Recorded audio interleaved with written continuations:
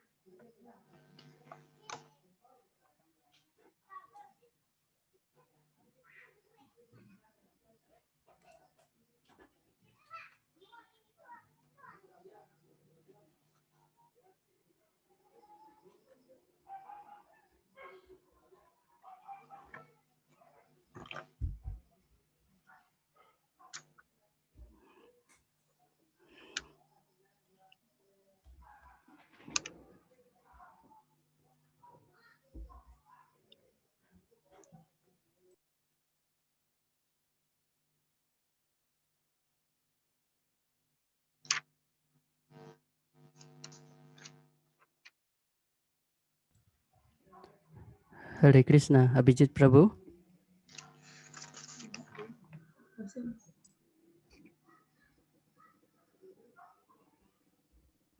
Hare Krishna. Hare Krishna. Abhijit Prabhu. Yes.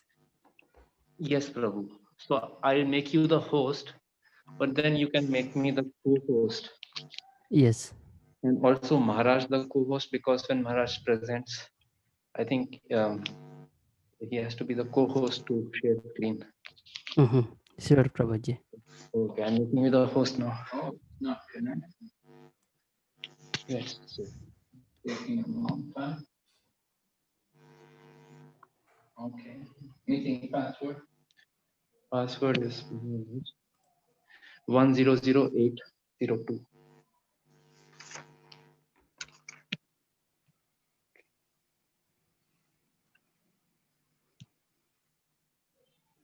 Okay, Sudama Prabhu, you are the host. Yes. I add you already as a co-host, Abhijit Prabhu. Yes. Verifying passcode. Okay.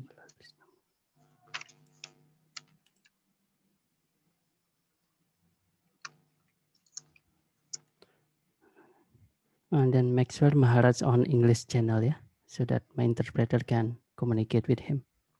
Yes, yes. Once the computer connects, we are still waiting for the connection. Let's see. Yes. Let you. Yes, Maharaj. Do you think we could do group work? Yes, Maharaj. In fact, we have. You have to know which ones don't speak English. But that we can select. Means Sudama Prabhu knows. So Yeah. we can select. And there is this breakout room feature. There is this actually. No? Is there a way to mute the speaker? Sorry, let me mute myself.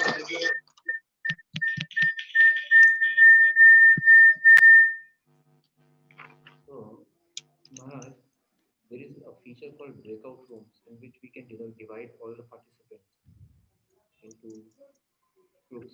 I think the meeting host. I think you should become a host, then you can do that. I can do that for Maharaj. If you want to be the host, I can do that. That is fine. Because you would know who speaks Indonesian and who doesn't. So we would want to create groups so that devotees who speak Bahasa, they are in the same. Yeah. So the groups are homogeneous in that. They can discuss together. But that is possible. Interpretation here. English.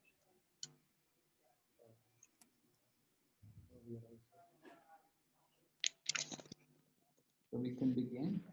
Yes, Maharaj, although I see the camera maybe has to be On my screen. My screen has to be.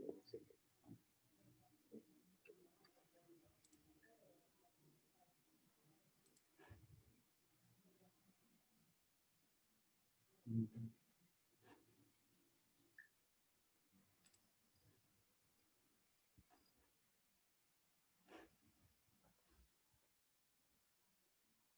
Jnana Timirandasya Gyananjana Shalakaya Chaksurmilitanyena Tasmai Shri Gurave Namaha Namam Vishnu Padaya Krishna Prestaya Bhutale Srimati Bhakti Vedanta Swami Niti Namane Namaste Saraswati Devi Kauravani Pracharine Nirvishesha Shanyavadi Paschatya Deshatarine Vanchakalpatarubhyascha Kripa Sindhu Bhayevacha Patitanam Pavanebhyo Vaishnavibhyo Namo Namaha Jai Shri Krishna Chaitanya Prabhu Nityananda Shri Advaita Gadadhar Srivasadi Gaur Bhaktavinda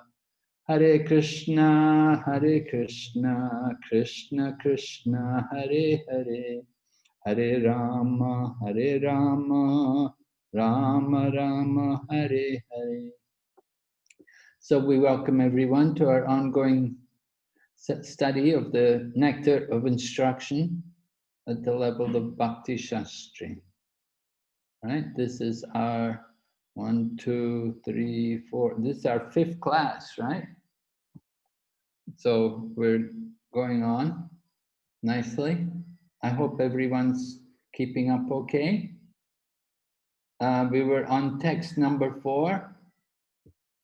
Would someone like to recite text number 4 for us? Who's memorized the text? Have we got some hands up? I'm sure Gita Indoleka Malaji knows. Yes, ma'am, you're right. She was one of the first ones to raise hands. Let me show the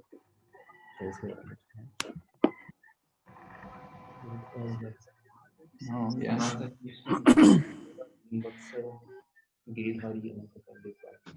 Okay, let's have somebody who doesn't speak so much. Ananta Pandit Prabhu, would you like to recite the verse number 4 of the Nectar of Instruction? Yes, Maharaj. Hare Krishna. Lord Pranam Maharaj. Okay, I want to explain the sloka.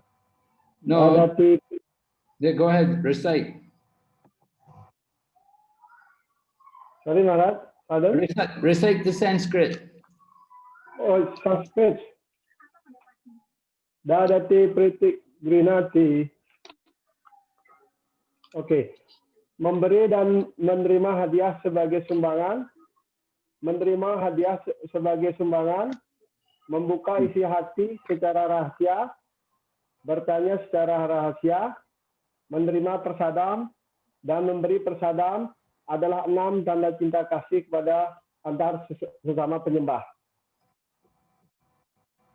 Yeah, but I want you to recite. Oh ya, dadati pritik grinati guhyam akshati krishati bungte bojayate cewa sadvidam priti laksanam.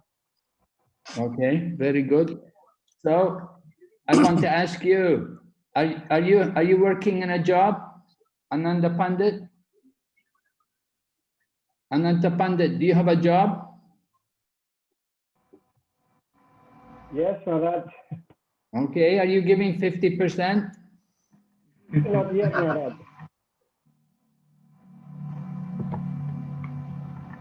Are you able to get 50% from your work?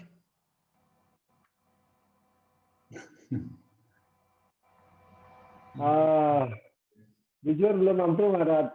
My consciousness still loba. We're not able yet. Okay. Are you giving something?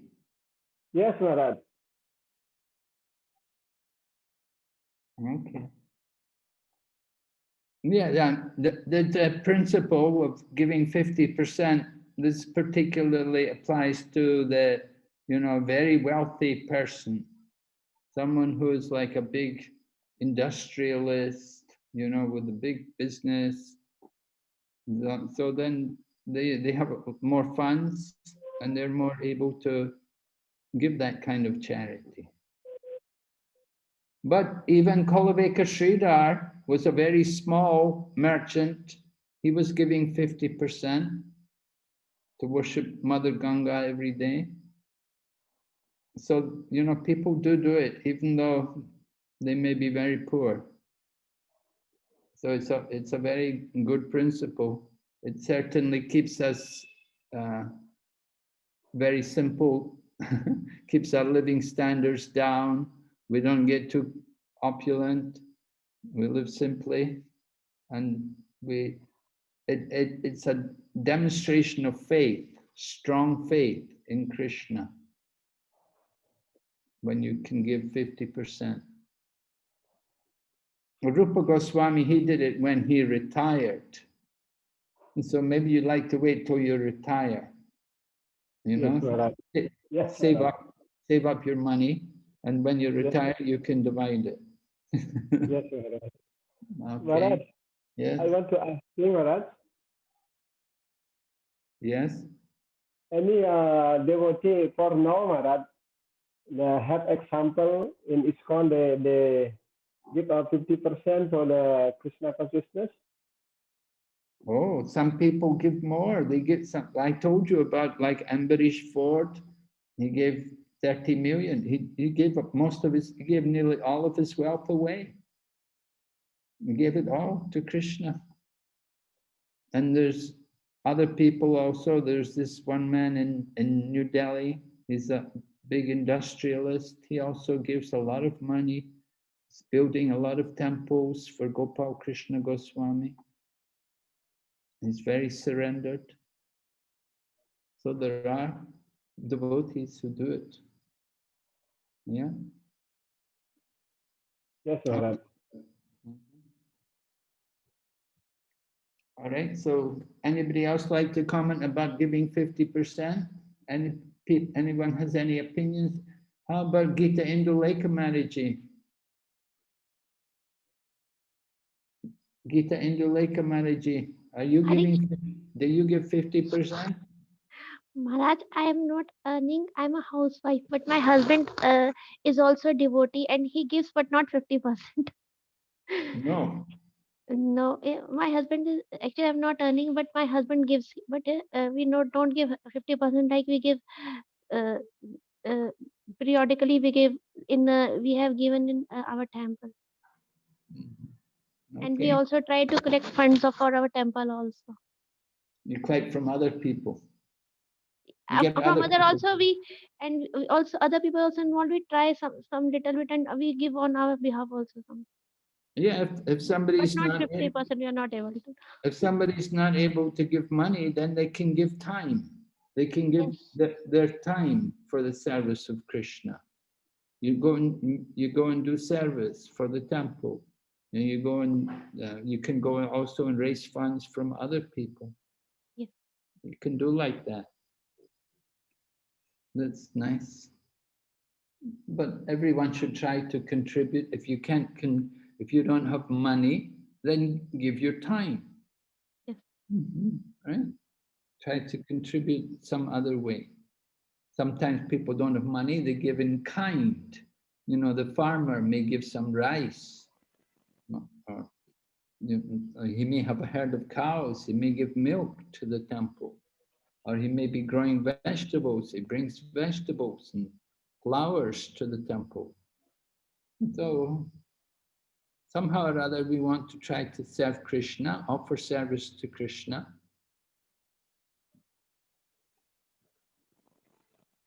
Krishna knows the heart. It's not so much what we give, but it's what we don't give. Krishna knows what we're keeping for ourselves. If we're thinking this much for me, that much for Krishna. So Krishna knows, he's omniscient, he knows everything. So we have to understand whatever we have is given to us by the grace of Krishna. We want to use it for Krishna. Prabhupada didn't enforce it on people, but it's there in the books. You know, I don't remember ever hearing Prabhupada tell people you have to give 50%. But he did write it in the books. It is there, it's a principle there. And Prabhupada said, everything is in my books. He said, everything I want you to say is in my books. So it's certainly there in the books. So it's an act of surrender, of course. It's surrender. You have to give so much. It's 50%. Ordinary people, you know, ordinary workers, you don't get paid very much. You usually just manage to get enough to live on. If you've got enough to live on, you're lucky. Some people, they don't have enough to live on. Of course, the problems come when you start spending, that you want people spend so much money, education, sending their children to other parts of the world for education. They will take loans from the bank to send their children overseas for education. And they will, then they want also big homes, they want expensive cars. You know, that we tend to increase. We want to always expand our mode of living, increase it to a higher standard. It's not really necessary all the time. Just simply maintain as we are. Don't be too much anxious for economic development. That way, then we can give more time to Krishna. We have more time for serving Krishna. And some people work very hard. Even though they're working very hard, doesn't mean they get a lot of money.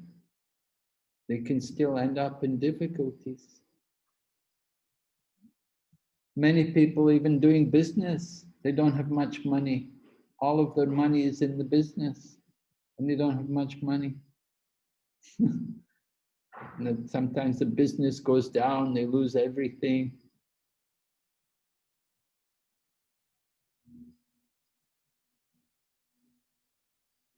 So it's important to try to give something, do something for Krishna. If you can't give your life, best is to give your life.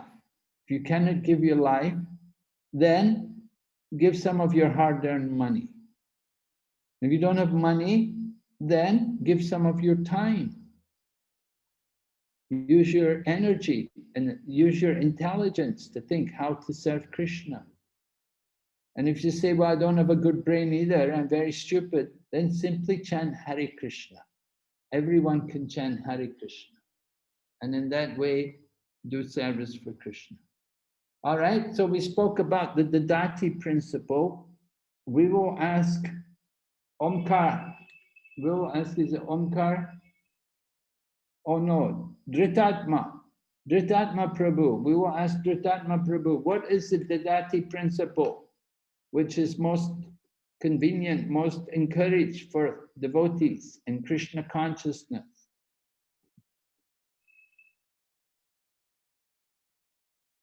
Dhritatma Prabhu, can you tell us?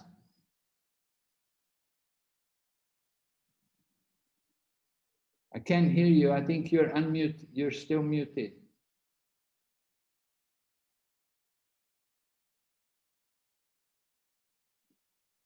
I'm not hearing anything.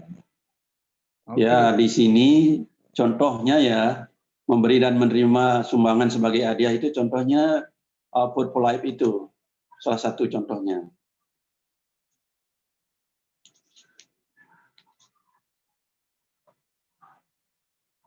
Well, okay, but that's something, yeah, you may like to do, but there's a better program than just giving food. Something even more powerful than just giving food. What is that principle which is most encouraged? Ya, kalau bisa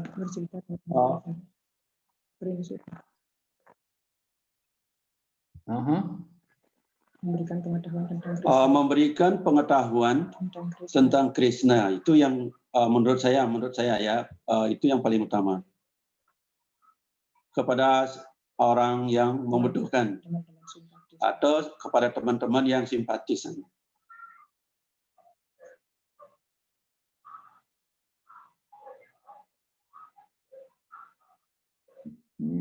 Okay, but there's something better, even better than your words. You're giving knowledge. There's something even more powerful. That would be, right? The Yuga Dharma.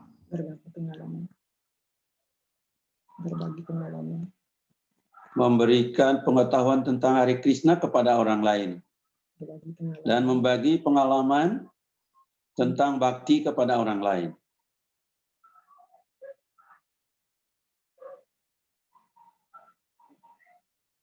Yeah, but there's something more powerful. We want to encourage more, even something more than just simply giving.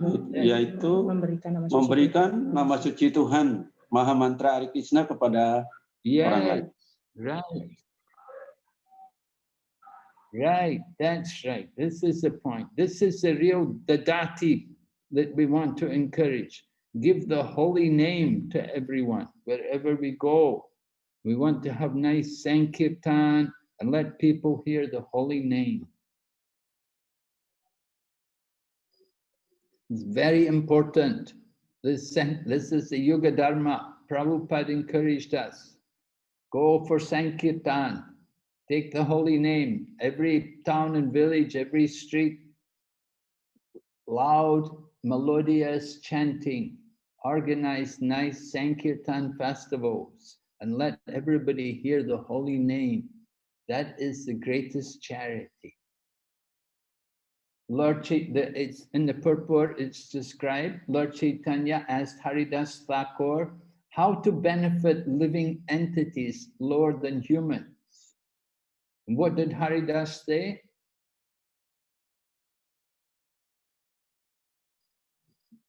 Does someone know? Can we see some hands? What did Haridas Thakur reply to Lord Chaitanya? Yes, we will hear from Shopasham Maharaji. She will tell us. Hare Krishna, Guru Maharaj.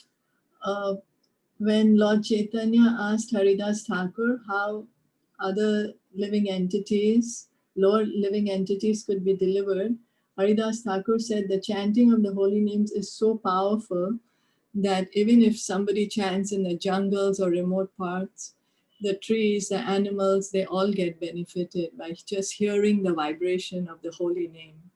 Right. Do we have an example of this? Well, when Lord Chaitanya himself, when he was going through the Jharkhand forest, he made the animals chant. Right. Yes. Thank you. So the chanting of the holy name, this is the dadati principle, which is very easy for all of us to perform. We don't need to be wealthy. We don't need to have, we just need to be willing to go and chant. And we can go anywhere and give the holy name.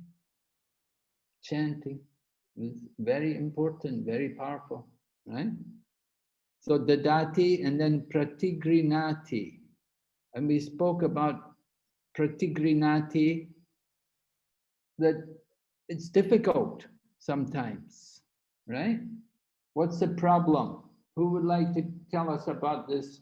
What's the problem with receiving? Girid Hari Prabhu.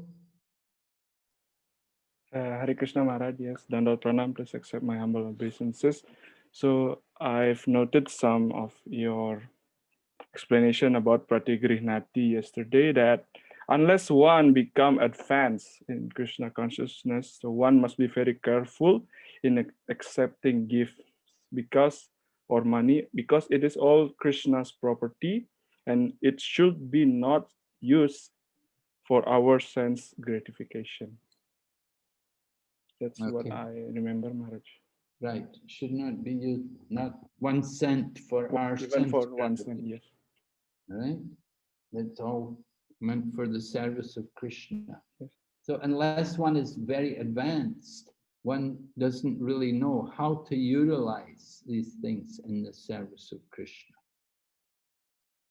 So within ISKCON, we have the principle that when we go out for preaching work, whatever donations are received, they are for the service of the Krishna conscious society, not for our own self, right?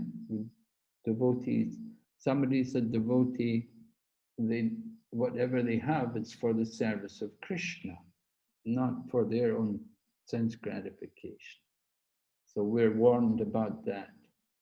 And Prabhupada particularly warns how money and the opposite sex can create problems. Not that there's anything wrong with them, but just we have to be very careful about how we use them. We have to use everything very cautiously, understanding it's meant for Krishna's service. So the Krishna consciousness movement tries to control these things.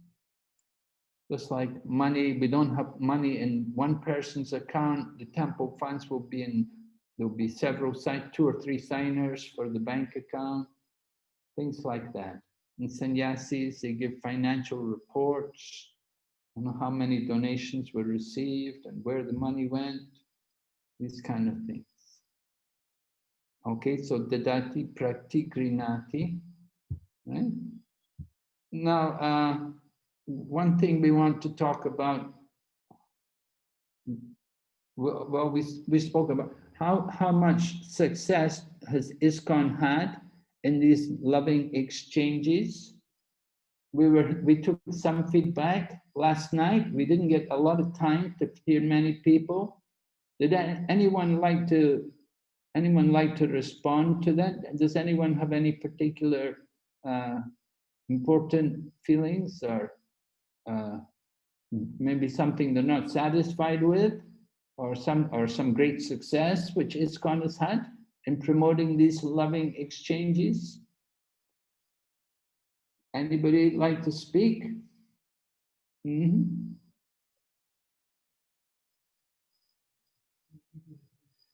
Huh? Really?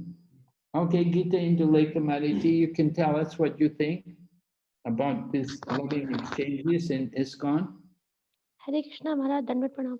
Maharaj, I have heard that in Ukraine, 450 devotees are serving in the temple and without any payment. In there is a Sri Radha Madhav temple over there, and 450 devotees are serving there without any payment. So there are very practical results if this principle of 6 loving exchanges is there in ISKCON, and we should realize its importance. And I feel that there should be a for this there should be many things should be done, like there should be devotee care department, and we should be very careful when in the temple also, like we should pay attention to all the devotees. If some devotees not like clapping in sankirtan in kirtan, then we should see this. It's all like an investment. If we pay some time to devotees who are coming to the temple, and everybody should be get prasadam, and uh, even if some new guests come the temple, that person should be given some like garland or some like some leaflet, like some small gift. So we should encourage the devotees like this. And even in our temple, it is not very regular, but there is a very good thing that is being done, that they call the devotees on their birthdays and anniversary, and call them to that, so that they can do art perform arti over there, the deities, arti of the deities. So these things should be done, I think. And many more things, like we can form committees of Vaishnavis committees, and of for children also group, so that they can means uh, they can make groups, and they can get together, and it will increase our like their motivation also, and they will think that this temple is theirs. like they don't feel like they're a guest over there. They feel this temple is there, so they can serve the temple very properly. Okay, very nice. Thank you very much. I appreciate these points. Thank you, Maharaj. Interesting. Thank you. And we heard how Prabhupada wrote a letter to all the temples and he wanted prasadam had to be available for everyone. Do your temples all have that facility? We'll ask some of the devotees if your temple has that kind of facility. Let me see. What about Maharani? Maharani? Yeah, Maharani Mataji, do you have that facility in your temple? Hare Krishna Maharaj.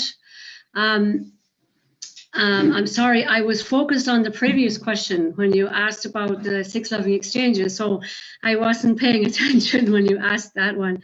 So I just wanted to make a point about the, just to tell this very small story of 10 years ago when I was very sick in India and I had to go to hospital. I was in Bhakti Vedanta hospital. I was very ill. It was during Kartik for 1 week, and every day the devotee care committee team would come around and spend time with me, and they would bring a beautiful altar of Lord Jagannath and they would allow me to offer a lamp to the Lord every day. I didn't have to leave the room, and listening to Prabhupada over the speaker system, and I just always remember that as a time of feeling great care among devotees. So I'm sorry, the other question, can you please repeat it, because I'm sorry, I forgot it. Okay, I was asking about sorry. If your temple arranges for prasadam distribution for guests when they come there to your temple. Do you have prasadam available for people regularly? Yeah, well, yeah. We actually live on the west coast of Ireland, so we don't live near any temple. We're like 3-4 hours away.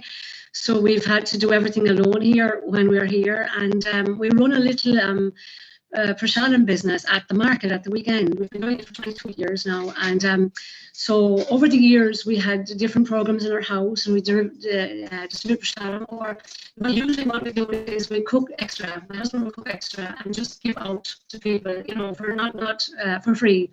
So that when we have, we sell some and then we make some money to live on.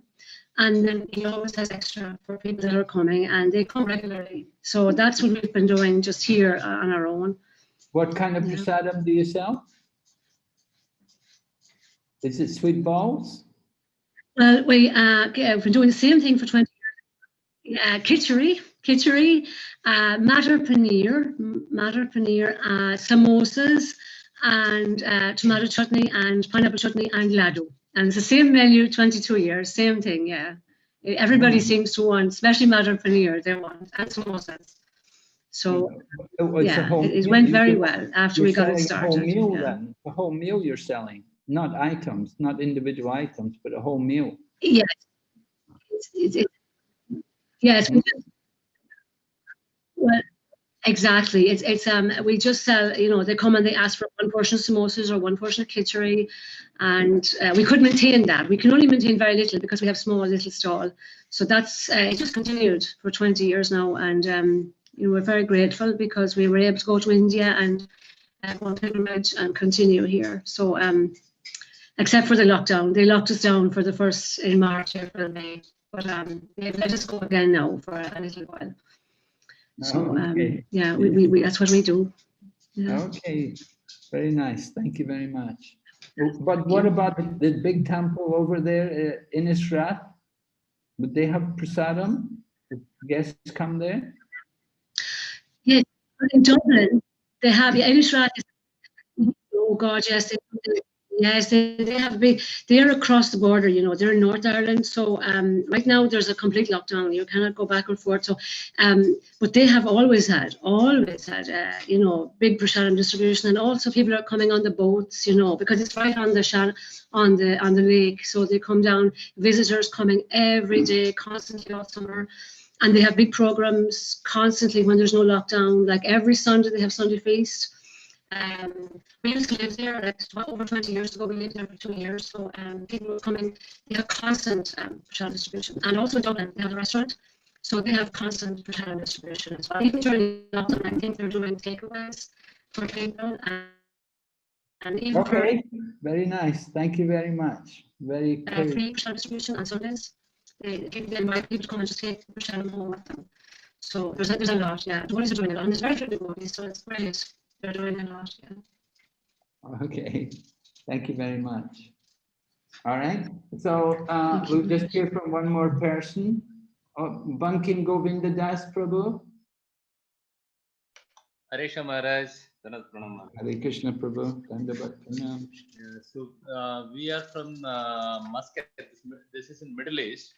So here it's a temple. We don't have an official temple here, registered temple, and here the it's in a little restricted way. Everything is done. So prasadam distribution, all these outdoor activities can't be done here in the Middle East.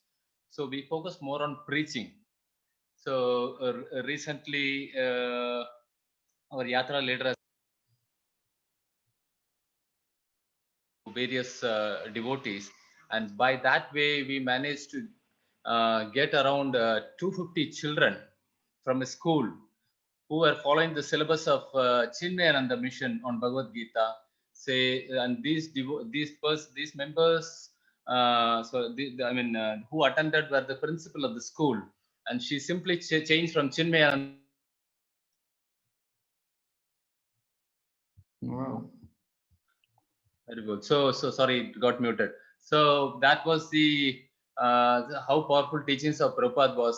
So she was simply amazed by the teachings of Prabhupada. So she changed the syllabus, and she asked us to teach their children, which is from 1st standard to 10th standard children. So almost 250 children have enrolled, and so we, as a team of 6 teachers, are doing this for a week. So the point what I'm saying is we are focusing more on preaching, as we can't do outdoor activities. Wonderful. In addition, we also manage the Gurukul for children, which has got additional 200 children. This is exclusive in Muscat. The Chinmaya people must have been furious with you. Yeah, this is it's Krishna's plan. So okay, very good. Wonderful. Wonderful preaching. Thank you. Okay, let's go back now. I want to go to the share the screen, right? I'll share the screen. Yes. Okay. First on the desktop. There's the desktop, yeah. No, the desktop. Let me see, I've got a PowerPoint somewhere. What's that? Is it? Yeah, all right. Here we go. Up here, slideshow. Slideshow. Then from current slide. Current. Keep it. Okay, is everybody seeing the slide here? Yes, Maharaj. Okay, good. So, warning about the collecting of money and how to use it. So, if you get money, print books. So, we spoke about ISKCON's success in facilitating loving exchange. We hope it will continue to grow. We want to continue these kind of activities, certainly. This is a little exercise we just want to take a little while to hear from you about. And just to read it out to you, just take a few minutes to reflect on situations from your devotional career in which you felt nourished by one or more of the 6 loving exchanges, or in which you felt starved. Affection between devotees decreased by exchanges that could have been within the realm of these 6 loving exchanges, but unfortunately weren't. We just heard one actually from Maharani Mataji. Yeah, she was telling us about when she was in the hospital, in Bhaktivedanta hospital, and how the devotees came and were so caring and concerned for her, looking after her. That was a very nice, loving exchange. And we hope that, we can learn from both. We learn from the loving exchange. We can also learn from the exchanges which were not so loving, which were in which we felt starved, and we can learn to avoid these kind of situations. So if you've had that kind of experience, I would like to hear about it from you. Would anybody like to volunteer? Tell us about one kind of a situation which they were in, where they felt particularly starved in the dealings between devotees. It's a little difficult for us. You may, some of you have your two people at home, husband and wife, like that. A bit difficult for us to have partners, but maybe you can just reflect on your own, and if you have some realization, would be nice to hear.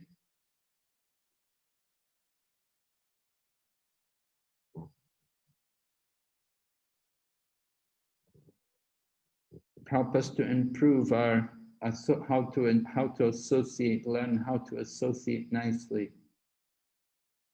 Do we have any volunteers?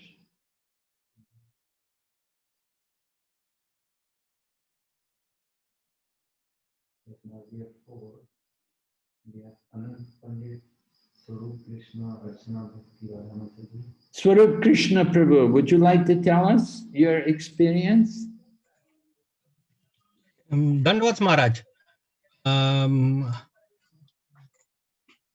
We have focused on the new devotees who join the movement and who are new to the system, because they need a lot of care. They expect a lot of respect themselves, and they expect a lot of hand holding. And in such situations, we need to not only talk to them, relate to them, solve the questions that they have in their mind, maybe have some excuses initially, but still be very kind to them. That's the way we have been like handling them. We used to conduct obviously before this lockdown period, Rath Yatras, and we used to get these new devotees who would show their interest, and we would be very we would relate to them. This is the way we have been like growing in our center, and we have been having lot of new devotees coming in.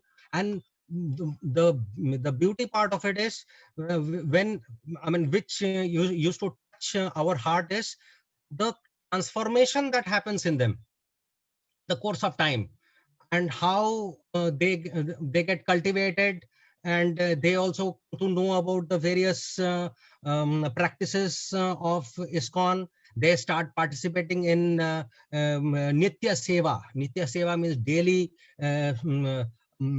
sharing their wealth for some of the events of the center. Then book distribution, obviously prasadam distribution, also Vaishnava Seva also. And in the course of time, they commit themselves to the holy name, the 16 rounds. We have seen devotees initially who would be shying away from even taking up, say, 4 rounds a day, committing themselves to 4 rounds a day. Suddenly, one fine morning, they say, Puji Mataji, we have reached 16 rounds, and we have left. We have become. We have started offering to the Lord, and we have started taking prasadam. And in the course of time, they have also committed themselves to get initiated. So these are some transformations we have seen, and all based on collective loving exchanges. Okay, thank you very much, Prabhu. Where is this actually? Which place? We have been preaching in Kolkata. In Calcutta. Okay. Yeah. Okay, very nice. Very good. We have some other. Many devotees. Oh, really? Mataji, Dean Vatsan. Can somebody offer a negative? Somebody had some difficulties. You kind of a situation in which they felt starved. Somebody. Dinavatsal Prabhu? Yes, Maharaj. Hare Krishna. Selamat pranam. Ya, tadi bol. Apa namanya, pengalaman yang kurang menyenangkan mungkin dalam pertukaran kita kasih yang belum mungkin ya. Kadang-kadang kita alami sendiri bahwa seperti contohnya orang yang junior ataupun orang yang senior memberitahukan umpamanya yang senior atau yang junior bukan dengan cara cinta kasih, tapi dengan cara kadang-kadang mengkritiknya, kadang-kadang menggosipkannya. Ini banyak yang terjadi bahkan di kalangan temple. Apabila seorang yang melakukan kesalahan bukan saja ditegur ataupun juga diajak bicara baik-baik, tapi kita memblame seperti itu. Ini terjadi di berbagai di kalangan kita seperti itu. Okay. Some problem in dealing interactions between devotees.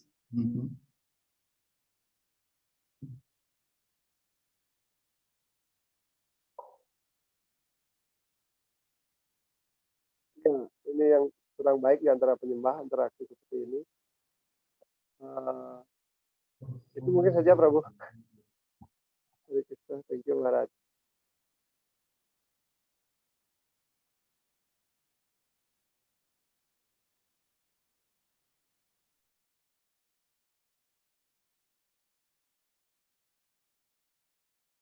Yes, that could be the one problem. We have to be a little detached, you know. The problem, our false ego doesn't like it sometimes. So dealing with each other, personal dealings, it's not an easy situation. Some people, they have a lot of stress, maybe they're in charge of something, maybe supervising something, and they feel pressured, and sometimes their passion overcomes them and they speak in an unpleasant manner. So this is something which we definitely want to try to avoid.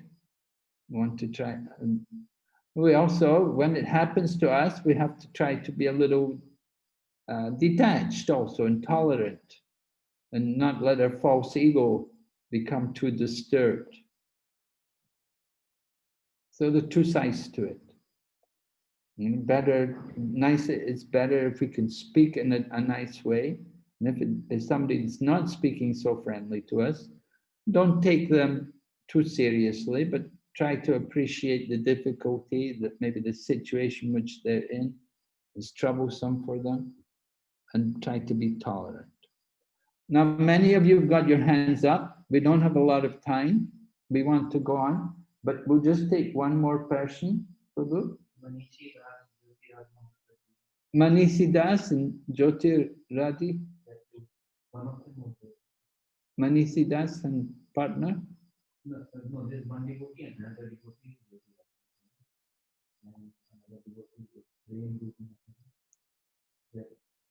I'm just reciting all the names. Hare Krishna. Yes, Maaf Prabhu. Ya, kita start Prabhu. Hare Krishna Prabhu. Saya mau sharing pengalaman yatra saya ke Vrindavan. Saat itu saya diundang oleh seorang penyembah. Dia adalah seorang penyembah ISKCON dan memberikan saya persad, dan beberapa persad itu saya bawa, dan setelah beranjak dari rumah para penyembah itu, saya ketemu dengan seorang penyembah. Di situ saya ingin memberikan persad ini juga. Namun penyembah ini menolak persad itu dan menanyakan kepada saya, kamu dapat persad ini di mana? Dan saya menjawab, saya telah diberikan oleh seorang penyembah di belakang tempel ini, saya bilang seperti itu. Yang ingin saya tanyakan, karena mereka semua adalah ISKCON devotee, karena mereka adalah semua penyembah dan semua keluarga kita. Apakah hal-hal ini memang terjadi di ISKCON? ya yang menolak. Jadi tidak sesuai dengan bonte bojayate caiwa. Jadi apakah ini apa yang salah di sini? Karena ada yang karena penyembah itu menolak prasad yang diberikan oleh penyembah kita sendiri. Nah, itu yang ingin saya tanyakan kemarin.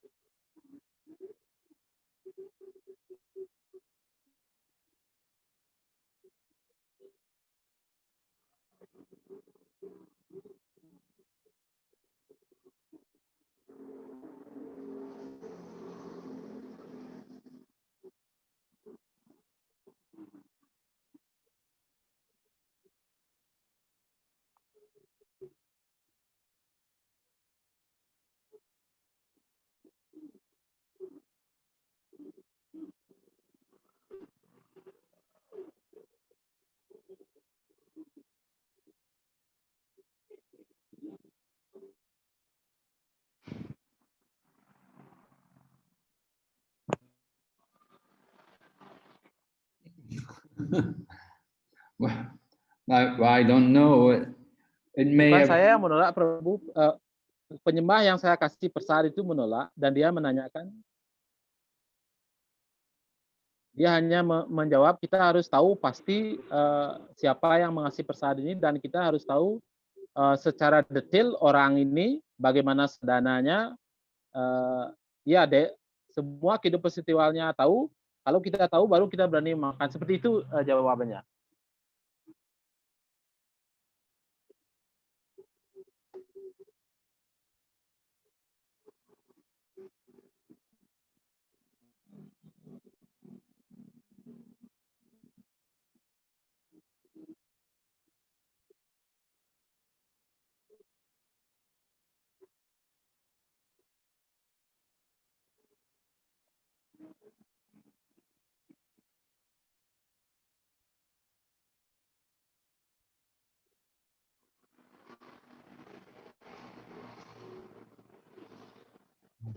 Okay. Yeah, I don't know. I'm not familiar with that kind of situation, but certainly it's unusual. I've never heard like that before. Okay, so I'm sure we can all appreciate the importance of the loving exchange. The loving exchanges are very important. You know, if we can have a nice loving exchange with the devotees. Prabhu was just saying, you know, some people are more particular about the prasadam, who made it, who gave it. Others are not so particular, you know, we just like prasadam is absolute, and we want to relish the taste of the prasadam. So we try to distribute prasadam as much as we can. So we, just to review what we covered in this lesson, we talked about love of Krishna being in everyone's heart, and we encourage the distribution of Krishna consciousness to everyone, all living entities. The Dati principle, giving 50%. And we've discussed also qualification to utilize people's contribution. This Pratigrinati principle, accepting contributions. You have to be very careful and make sure it's to further the Krishna consciousness movement. And we've been discussing about how successful ISKCON has been trying to facilitate this loving exchange. There are always difficulties. It's not an easy thing to please people. Some people are very particular, very sensitive, but we have to try our best, right? We try to develop this Sadvidam Priti Lakshana, the loving exchange, 6 types of loving exchange. A nice quote here from Srila Bhaktisiddhanta Saraswati. Exchanging love with devotees who are of the same aspiration as oneself and who are affectionate to oneself enhances one's bhakti. Offering and accepting items, revealing confidential realization to one another, and serving and accepting food are all activities that increase affection. One should not perform these activities with those of different aspirations in life than one's own. Oh, Srila Bhaktisiddhanta Saraswati's quote. All right. So we're going to complete that. And we'll go on to the next lesson, which is based on text number 5.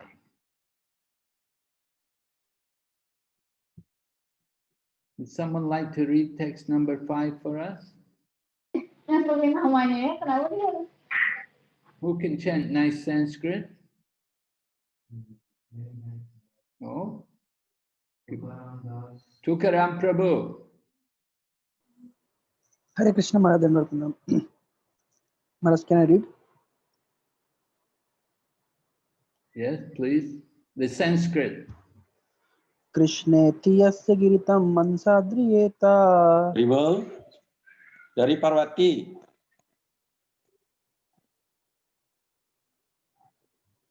Bala, Rival.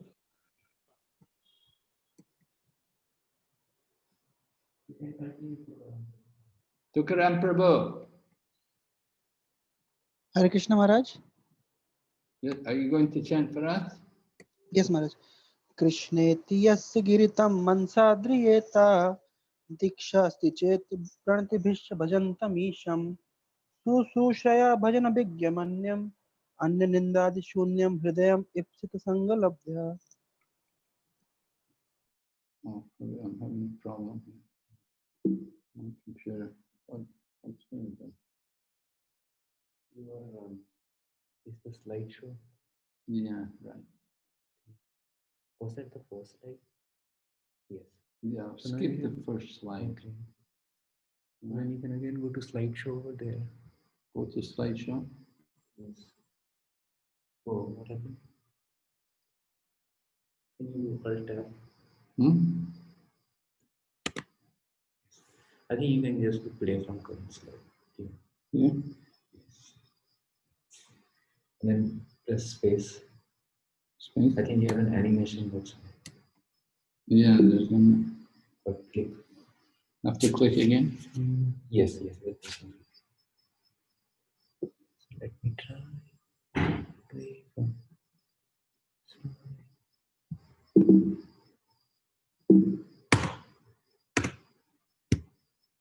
okay. Yes. Is this the slide? Maharaj, also just a kind note, I think there are some devotees who have asked some questions. Maybe you could address that in the end, maybe.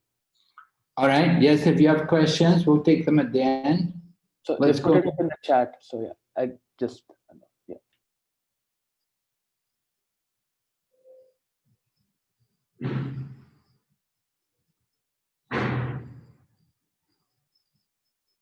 Is this the correct slide? I'm just wondering what happened. This is the correct slide or not?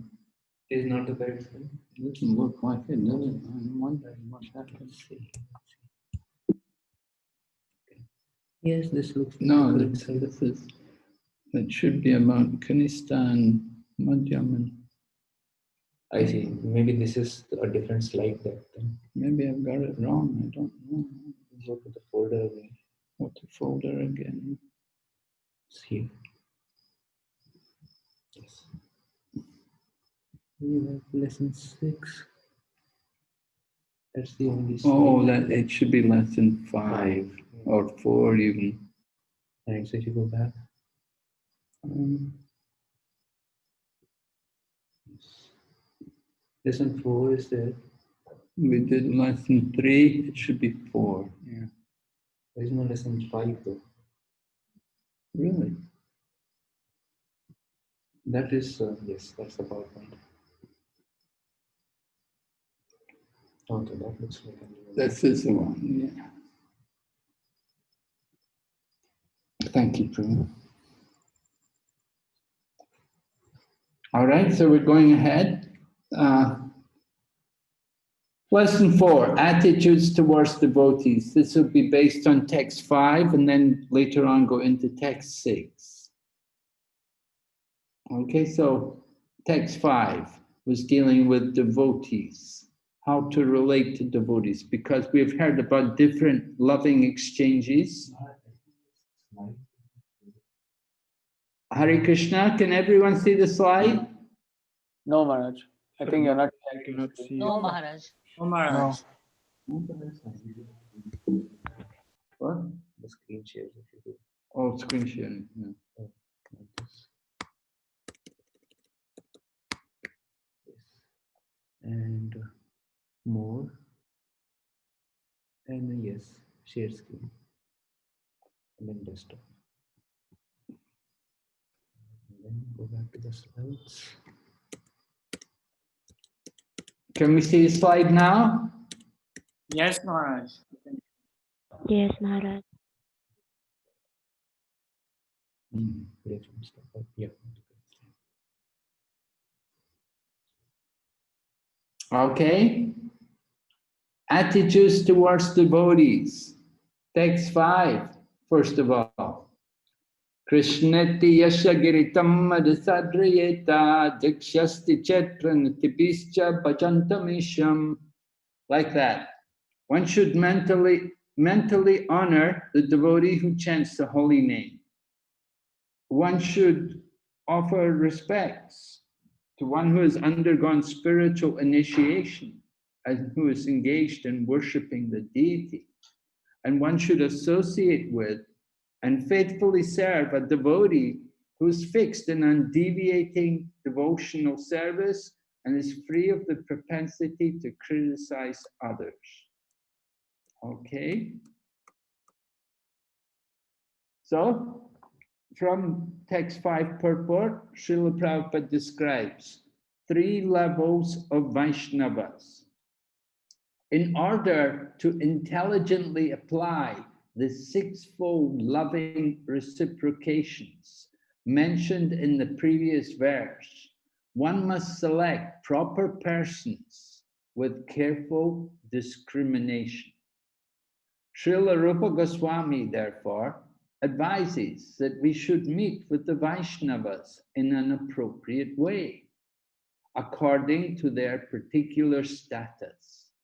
In this verse, he tells us how to deal with 3 types of devotees: Kanishta Adhikari, Madhyam Adhikari, and Uttama Adhikari.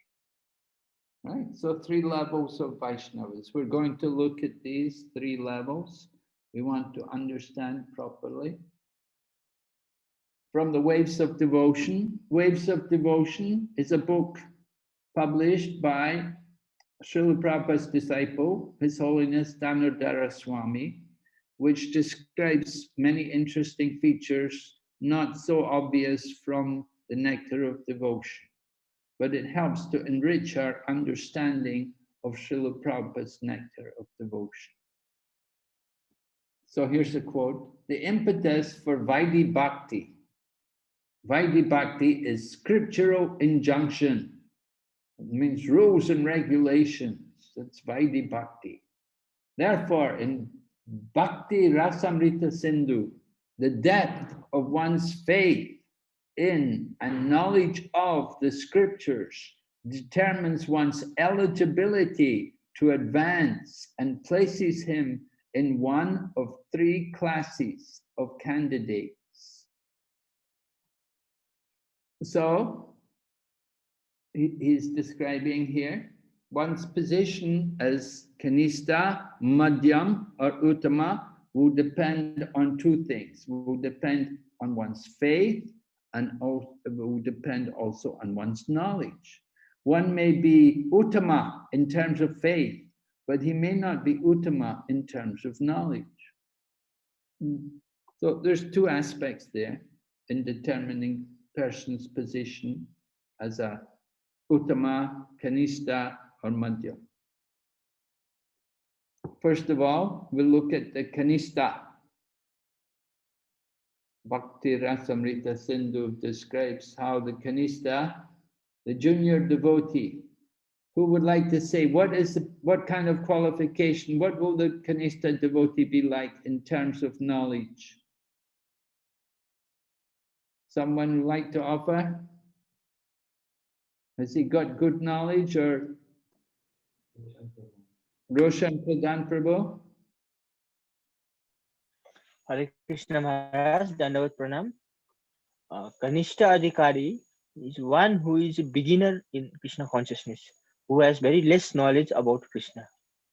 Okay, has less knowledge. What about his faith? He's a beginner, so his faith can be like,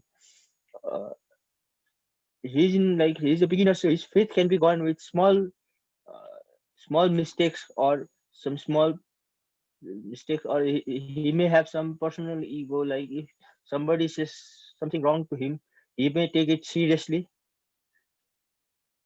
Yes, right. Yeah, so his faith is shaky, right? Yes, I meant it.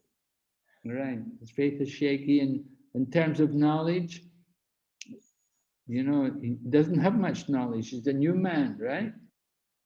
But, you know, not all Kanistas are new devotees. Don't think just because don't think everybody's a Kanista just because they're new. Someone may be Kanista and may be a devotee quite a long time.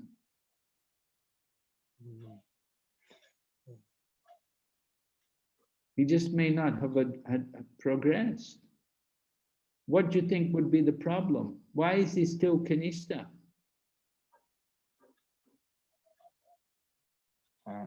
It may be because he's not chanting properly, or he may not be having proper association of devotee, or it may be due to his like personal ego. Yes, right. Could be personal ego problem. It could be, as you said, not chanting properly. Could also be it's not reading the books carefully. Definitely, Maharaj. Not hearing the philosophy carefully. But what do they usually do? Kanista is usually what? How's he engaged?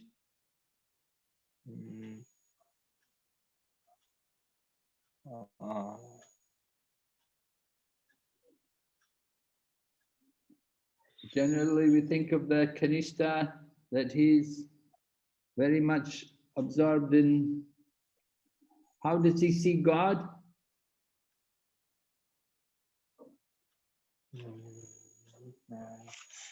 Somebody can help him. He is very. Narayani Mataji. Hare Krishna. Yes. Hare Krishna Maharaj. Yes. About Kanista Adhikari. So this level is so engaged in pray to deities in the temple, and because he or her is Kanista Adhikari, so they just engage to the deities, but do not how to react or relate it the relationship with another devotees or to common people like that. Thank you, Hare Krishna, Dandavat Pranam, Haribol. Okay, yes. Right. The Kanista generally, they see God in the deity, but they don't have that same vision when they see other devotees, even. They may not be, you know, they don't have to just be in the temple. They may be actually serving the deity. They may even be the pujari, you don't know. But he may have that kind of conception that he only sees God in the deity, and he doesn't see God within the heart of other living entities. So anyway, talking about their faith and their knowledge, let's show that.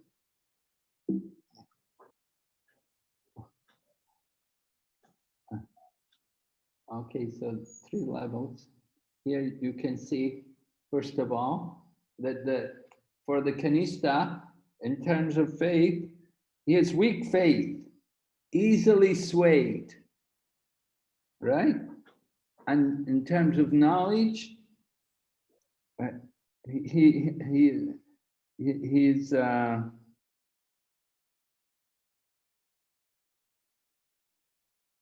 He can't offer arguments to oppose opinions. Is weak knowledge. So somebody comes and argues, and he can't defeat them. He doesn't know what to say.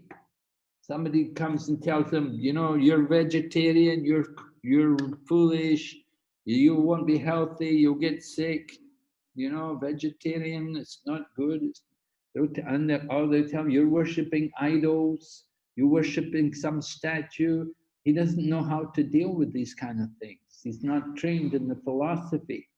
He hasn't read much, doesn't know very much. But he may be, somehow he's a devotee. He's there, he's in the temple, and he's doing service. So if he does service with a good mood, there's some hope for him. The only problem may come that he may offend a devotee. He may be critical of devotees because he doesn't have much knowledge. So he doesn't know how to relate properly with devotees. Okay, we'll go ahead to the Madhyam. Who would like to tell us about the Madhyam devotee?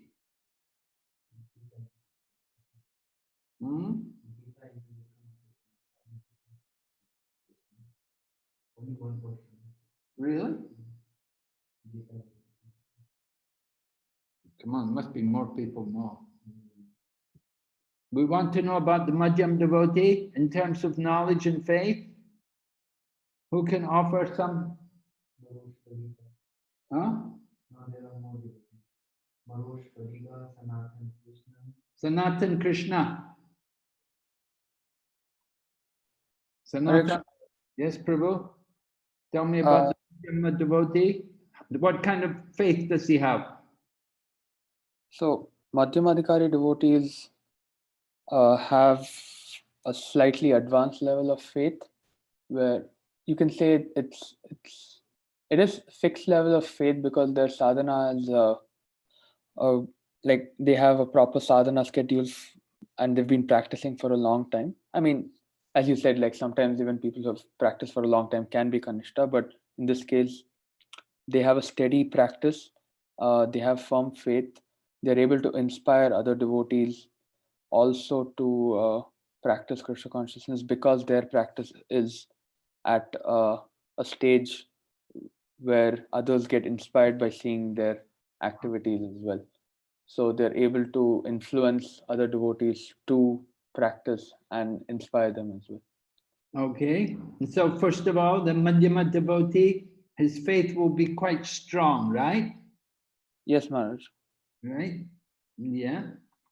He's got faith. That's one thing. He's convinced. We say he's convinced, right? He's got strong faith. And then what about knowledge? How does he manage with other people, with arguments? I think he can definitely, since he has strong faith and is convinced, he has the ability and the knowledge because of his practice to convince other devotees with arguments from Shastra and basically put forth the philosophy in the right manner. Okay, like that. Yeah, he has good knowledge, but he cannot always defeat others. He's not always able to convince others. Although he himself has knowledge, he knows the philosophy, but he's not always so expert in presenting it. It's like that. He's a Madhyama devotee. He's on the Madhyama level. But when we look at the Uttama level, Uttama Adhikari, right? Who's going to tell us about the Uttama Adhikari?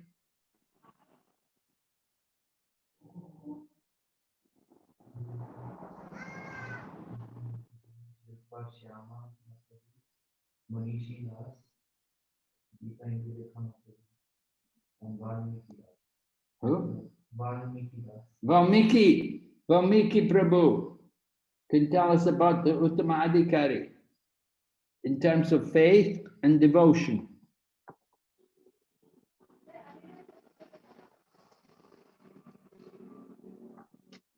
Valmiki? Hare Krishna Maharaj. Yes, Hare Krishna. Hare Krishna. So in my knowledge, Uttama Adhikari is actually most advanced devotee, and he is able to see Krishna everywhere, and his faith is very strong, and he can convince everybody to Krishna consciousness, and he's very expert in shastras, and he can explain shastra very nicely. So this first class devotee actually. Okay, so in terms of faith, he has very strong faith, right? Very strong, yes, sure. And he's convinced, and he can convince others also. Right. And in terms of knowledge? His knowledge is perfect actually. He Yes. understood philosophy perfectly. Yeah, he can defeat others. People come with their own opinions. He can defeat them. He can give the shastric conclusion. He can speak according to parampara. Okay, thank you very much, Prabhu. Very nice. So here you see the different gradations. Now, people may be a mixture, you know, it's not so cut and dry. Oh, this person's Kanishta, oh, that person's Madhyam, this one's Uttama. You know, people, we can be very mixed. One day, 1 minute you may be on the Kanishta platform, next minute you may be on the Uttama platform. So, different classes anyway, different levels of devotees. We want to understand what makes the difference in terms of faith and in terms of knowledge. These two things will determine position. Faith, described in the Chaitanya Charitamrita. This is yeah, if you have children there, please try to mute your mic. And faith is described there, famous verse from Chaitanya Charitamrita, definition is given here. Krishna Bhakti Kaila Sarva Kama Kritahai. That simply by serving Krishna, then one can fulfill all kinds of obligations. All duties are performed simply by serving Krishna. So one has that kind of conviction, that kind of faith, that simply by serving Krishna, he's fulfilling all other duties. Everything is being achieved. That is firm faith. That is the topmost faith. So we want to try to develop that kind of faith. How do you develop faith? Who would like to suggest? How can we increase our faith if we don't have very strong faith, or my faith is weak? How can we get stronger faith? Someone can say? Many hands? Ananta Vijay Prabhu. Hare Krishna Maharaj, Dandavat Pranam.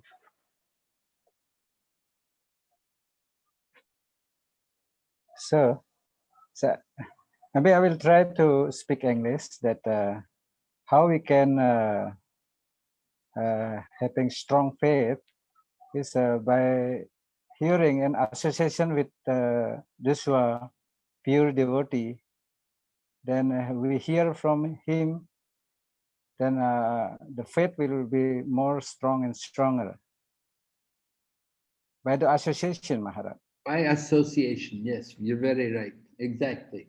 By association. If we associate with people who have faith, that's the best way. And as Prabhu also said, if we hear from the pure devotees, that will also give us strong faith. So we encourage people, read the books, read Prabhupada's books, and associate with devotees who are convinced, to have strong faith. That will help us. Just like in the Bhagavad Gita, Arjuna says to Krishna, Sarvamita dritam manye yammam vadasi keshava. I totally accept this truth, all that you have told me.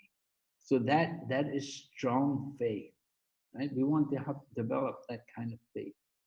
Very important. We've got to have faith. Here, Srimad Bhagavatam, quote from Chaitanya Charitamrita. In the Srimad Bhagavatam, a devotee is considered superlative, superior, according to his attachment and love. Right? So we spoke about faith and knowledge. Here, they're speaking about attachment and love. So that can make the difference between Madhyam and Uttama. Srimad Bhagavatam describes how devotees on different levels will see different things. Right? We spoke about the Kanista. How does the Kanista see everything? What's the vision of the Kanista? The Kanista is described here, the Prakrita Bhakta. Prakrita Bhakta. What's the meaning? Sanatan Krishna? Sorry, Maharaj? Prakrita Bhakta. What's the meaning? Prakrita Bhakta, I'm not sure, Maharaj. Sorry, I guess I forgot to lower my hand down. Sorry. Do you know the vision of, what is the vision of a Kanista Adhikari? I mean, the vision of a Kanishta Adhikari is very limited in the sense that he, like, Maharaj, vision in the sense, is there anything specific in terms of vision you're asking? Yes. How does he see? How does he see the Krishna, for example? How does he see Krishna?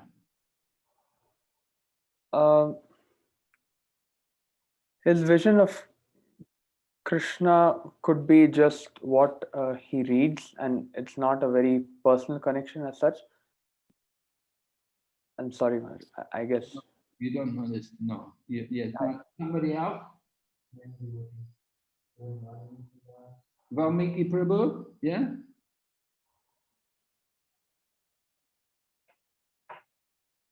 Valmiki? Yes, Maharaj. Sorry. He is materialistic devotee. Yes. And what's his vision? How does he see Krishna?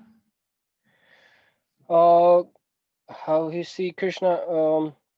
He see Krishna like more than devotee around him. You know, he's trying to worship Krishna, but he's not. He has no good relationship with other devotees. Yeah. Yeah, a little bit. There's a little bit more important point. Someone else? Hare Krishna Maharaj. Yes. I think is for Kanista devotee, he sees only Krishna in the temple only, but right. Not Krishna is there, not outside like that, and also he cannot giving respect to devotee of Krishna, but he just giving respect to Krishna only. Okay, thank you very much. Right, he sees Krishna only in the deity. He's thinking Krishna's in the deity. He doesn't see Krishna in the heart of all living entities.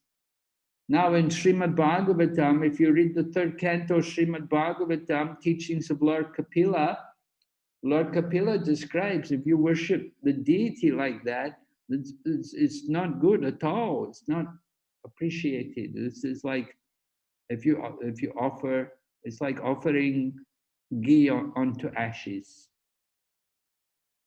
This kind of worship is not appreciated. You just simply see Krishna in the deity, and you don't have proper concern or respect for people. We don't see Krishna in the hearts of all the living entities, not even the devotees. So that's the Kanista vision mentioned here. Kanista, therefore, is described as Bhakta Prakrita or Prakrita Bhakta, materialistic devotee. That he's on the lower platform. So described here from Srimad Bhagavatam. He doesn't study the scriptures enough. So therefore, he doesn't really understand what is pure devotional service. And he doesn't know how to respect devotees, but he may follow, he'll be following the regulative principles, and he's initiated, he's worshipping the deity, he's got some good qualities, you know, he's worshipping the deity, he's initiated, and he loves the deity, he's really dedicated to the deity, but he just hasn't made an effort to really understand the philosophy. So he's described like that. Bhakta Praya, a neophyte devotee, because he is only a little enlightened in Vaishnava philosophy. All right? Another quote, Madhvacharya says, Kanista has no idea that the Lord has the power to exist outside the temple. Puffed up by his own worship, Kanista Adhikari cannot imagine anyone is more religious than he. He's thinking, because I worship the deity, I'm very important, I'm very great devotee. But he's not aware that other devotees are more advanced. He can't understand the Madhyam or the Uttama devotees. He's thinking, oh, who are these people? And sometimes, because of false pride, he may criticize these advanced devotees. Simply, he has no understanding of their exalted position as preachers. Another symptom is he is infatuated by the material qualifications of so-called great materialistic people. So he has a bodily conception of life. Although he worships a deity, he's still in the bodily conception of life. He sees devotional service as just part of the religious aspect of life, but he thinks there's many other things in life. He's not completely devoted. He's not in the mood of pure devotion. There's many other interests. It's just like somebody's, you know, the karma, he may be a brahmana worshipping the deity, but it's just a job for him. Goes home at night, doesn't think about Krishna, doesn't think about the deity. You go to work and worship the deity, go home at night, forget the deity, you know, never chant the holy name, like that. But you know, somebody, they have some attachment, they have some devotion, because they're fortunate that they're brought to worship the deity. So on the higher level, we come to the intermediate devotee, right? The Madhyama. What's the vision of the Madhyama devotee? Can we have some volunteer tell us about the Madhyama devotee? Yes, who have we got? Yes, we have Marosh Pariga, Gita Indulekha Mataji, Dakshina Rani Mataji. Dakshina Rani Mataji. Dakshina Rani Mataji. What's the vision of the Madhyama devotee? Hare Krishna Maharaj. Hare Krishna. For Madhyama devotee, he have strong faith in devotion in Krishna, and he can discriminate between the devotees. He can see the difference among the devotee and act accordingly. Like into the new devotee or neophyte, he will show compassion and respect them, and to the one in the same level, he will develop friendship, and to the pure or Uttama devotee or Uttama Adhikari, he will serve and associate with them. Okay. So, how does he see the Supreme Lord? He see the Supreme Lord not only in the temple, but he can see also that other devotee also have he can start to see Krishna in the heart of everyone. Maybe not like an Uttama Adhikari, but at least he can see that in different religious principle, like in the different religion, that they also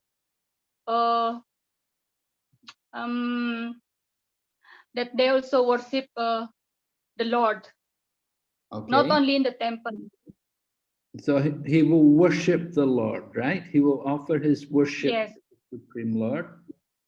And what about the devotees? How will he relate to devotees? He will relate to the devotee according to their platform, according to their stage. He will relate accordingly, and he will respect the devotees. Mm-hmm. Have some friendly dealing with the devotees, right? Yes. Definitely, there'll be friendly dealings there. And then what about the ordinary people? With ordinary people, if they are interested in Krishna consciousness, he can give information and he will preach to them. But to the one who envious, he will he will avoid. Okay. So those people who are interested in Krishna consciousness, he'll give them mercy, right? Yes. Yes, He'll show Maharaj. compassion on them. Yes. And give mercy and try to help them and encourage them in Krishna consciousness. And those who are not devotees, who are not interested, maybe they're atheists, maybe they're even offensive. So what will we do with them? He will avoid, but it doesn't mean like he just like completely avoid it. Like just maintain outward relationships, depend on whether he is in, like in the job place or in relative, just as much as needed for the relationship, just like outward relationship, but not like a close relationship.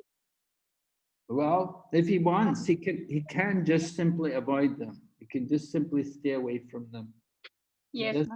He doesn't need to even worry about because you know they're nasty people. They're not They're not very nice people.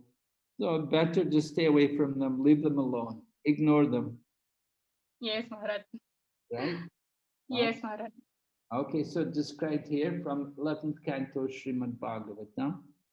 The vision of the second class devotee gives love to the Lord, friendly to all devotees, merciful to the neophytes and ignorant people. The intermediate devotee neglects those who are envious of devotional service. So 4, in other words, Madhyam devotee, he has to make distinction. He makes distinction. Who's a devotee, who's innocent, who's not. Right? He's making distinction. One time Srila Prabhupada was doing a program. It was in Indore, in India, there, in the city of Indore. And Srila Prabhupada was preaching strongly the message of Bhagavad Gita. So Prabhupada was critical of some materialists and atheists and people who were not devotees. So one man who was listening got upset and said, "Your Guru Maharaj is very critical." He says, he says so many nasty things about people because they're not devotees. And he said, "Your Guru Maharaj should see everyone equally." So somehow Prabhupada heard about this. Prabhupada heard this man was saying that Prabhupada should see everyone equally. But Prabhupada said, well, I am not on that level. Prabhupada said to the man, he said, I'm not on that level. But the man said in Bhagavad Gita, Krishna says, Samoham sarva bhuteshu name dvishosti napriya. I envy no one, I'm equal to everyone. He said, you should, and he said, Samo pandita darshana, a learned person sees everyone equal. And Prabhupada said, I am not on that level. So Prabhupada was coming down to the intermediate level for the sake of preaching. Because if you're on the topmost level, it's difficult to preach. You can't really preach because you see everybody equally. We'll hear about the topmost level in a minute. But anyway, it was an interesting example. Prabhupada was preaching there. And so the man was saying, he was critical. So the devotees talked to him, and the devotees explained to him about Srila Prabhupada, how Srila Prabhupada was preaching the message of the Bhagavad Gita all over the world. So when the man heard that, then the man changed his mind. He said, oh, then this is very wonderful. He thought, your Guru Maharaj is doing such a wonderful service, preaching the Bhagavad Gita all over the world, everywhere. That is real equality, preaching the message of the Bhagavad Gita around the world. And the man actually understood Prabhupada's vision of equality. To give Krishna consciousness to those who want it, and ignoring those people who are envious of devotees. Okay, so we heard about the vision of the Madhyama devotee. Now we'll hear about the most expansive vision, the Uttama. Who would like to tell us the vision of the Uttama? Can we have a volunteer? Maharaj. Hare Krishna Maharaj. Yes, okay, you want to speak? What's your name? Manisi Das Maharaj.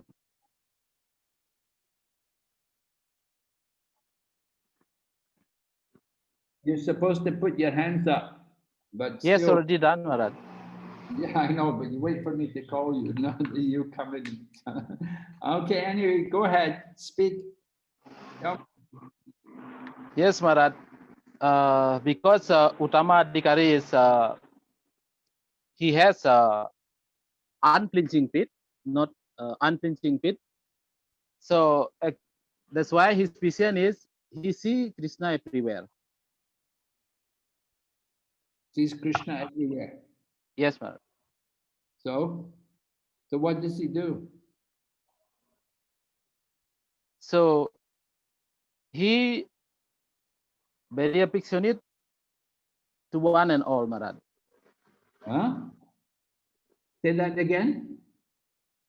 He affectionate to all living entity. He's affectionate to everyone.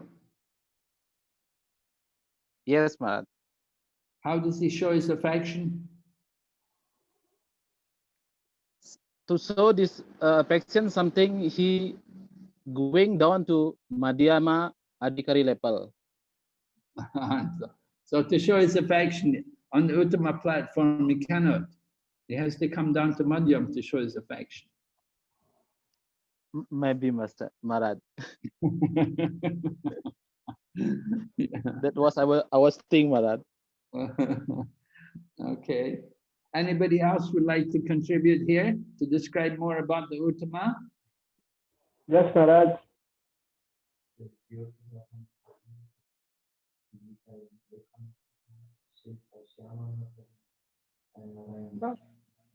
Narayana Mataji. Narayana Mataji. Hare Krishna, Maharaj. So about the Uttama Adhikari, I want to add the explanation. Maybe for all the devotees, maybe just a little to become Uttama Adhikari, because this devotee is very serious and followed all the principle properly, and then chant the holy name with japamala until rounds and more, and always think about how to spread the Krishna consciousness. Hare Krishna. Thank you, Maharaj. Okay, and you know, the point about follow the regulative principles and chant the holy name, that's done also by the Kanista and the Madhyam. These things, you know, that can be done also there. But your point about thinking about how to spread Krishna consciousness everywhere, That is an interesting point. Anyway, let's see here. We have a quote from the Srimad Bhagavatam describing the person on the Uttama. A person advanced in devotional service sees within everything the soul of souls, Krishna. Okay, so Manithi got this point that Krishna sees Krishna everywhere.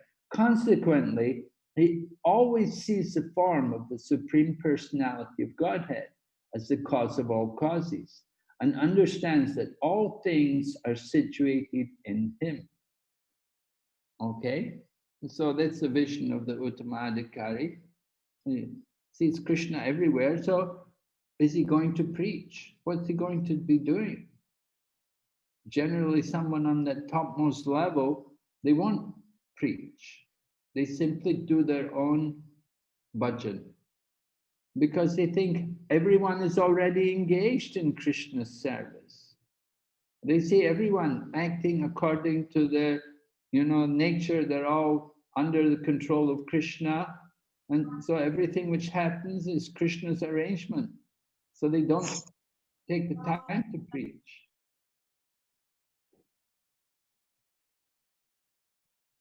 So we'll talk about this a bit more later. We're going, first of all, qualification for seeing Krishna everywhere. What would be the qualification?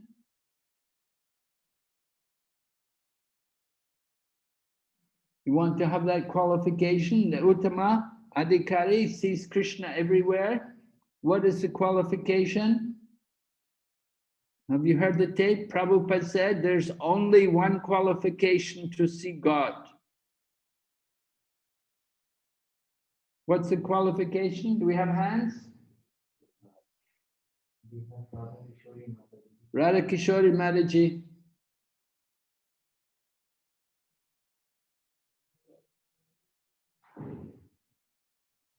Radha Kishori Mataji there? Hare Krishna Maharaj, please accept my humble obeisances. If we are situated in complete spiritual platform, then only we can see Krishna everywhere. Okay.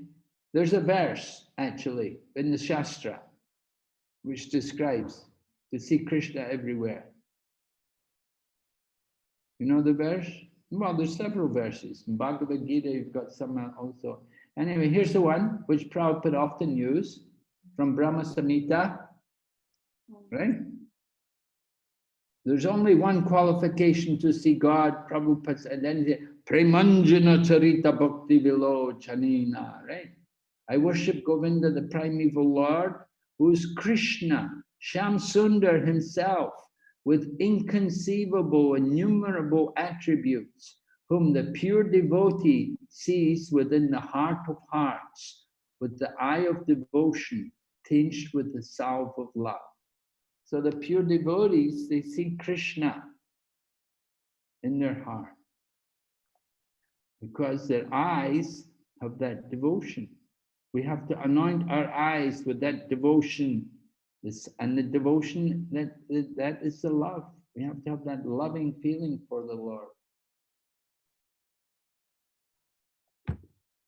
Now, there's different levels of devotees also in terms of chanting the holy name. I think, what was it? Radhika, what's the name? Radhika? Radha Kishori Mataji? Yes. Right? Yes, Did you tell us? Why is that echo there? Okay, so Mahaprabhu gave instructions to people, the devotees from Kulina Gram, 3 levels of devotees determined by how they chant the holy name. Mataji will tell us. Yes. Ready? Yes. Yes. The first level is somebody who's even chanted the holy name once is considered devotee, and somebody who's chanting the name. Second level is somebody who's chanting the name of Krishna all the time, and the third level is by seeing that person, the other people chant the name of Krishna. Okay. Yes. First of all, it says, one is chanting Hare Krishna mantra, understood to be a Vaishnava. Therefore, should offer all respects to him.